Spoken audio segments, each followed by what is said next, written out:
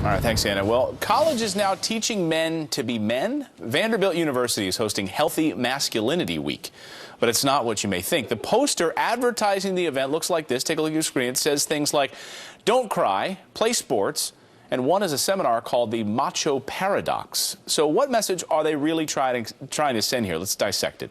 Sterling Beard is the editor-in-chief of Campus Reform, and he joins us this morning from D.C. Sterling, nice to see you this morning. What are they trying to accomplish with Masculinity Week?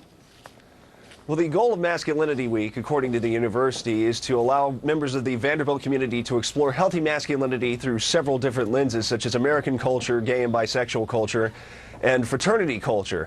The problem, of course, is that some of the lectures seem to veer away from what would be traditional masculinity and sort of to this new age masculinity. You'll notice, for example, that one of the lectures is Masculinity XXL, which purports to examine masculinity in the 2012 Channing Tatum vehicle, Magic Mike. Now, Channing Tatum and his abs are fine actors, but is there really that much we can glean about broader American masculinity from that film?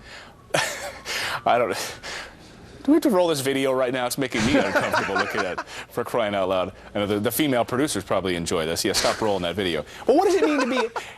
Exactly, our female producers saying, obviously. What does it mean to be healthy? What is healthy masculinity in the context of this week as you use that term, healthy masculinity? What does that mean?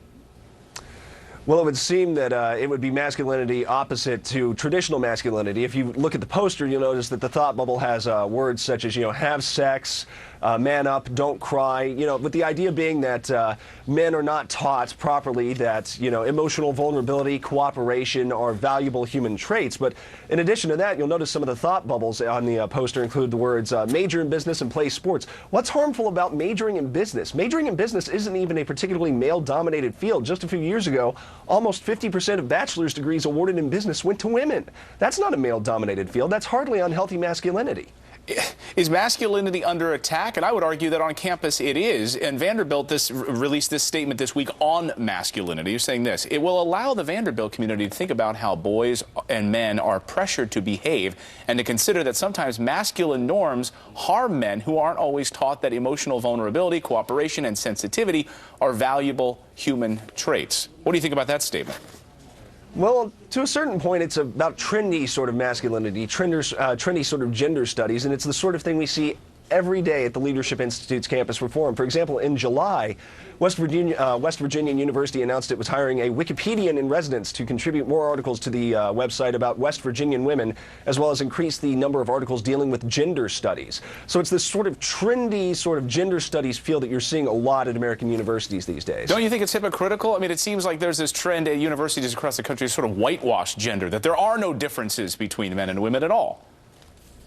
That certainly seems to be a lot of the case. It goes back to that statement that the university issued saying that men were not taught properly or had not been taught that emotional vulnerability and cooperation were key parts of human traits. But I played football growing up in high school. I was taught a lot about cooperation. You don't succeed in certain endeavors if you don't cooperate. Absolutely, and teamwork. All right, Sterling, great to see you this morning. I'm just glad we didn't have to stop rolling that Magic Mike video. Thank you. Thank you very much.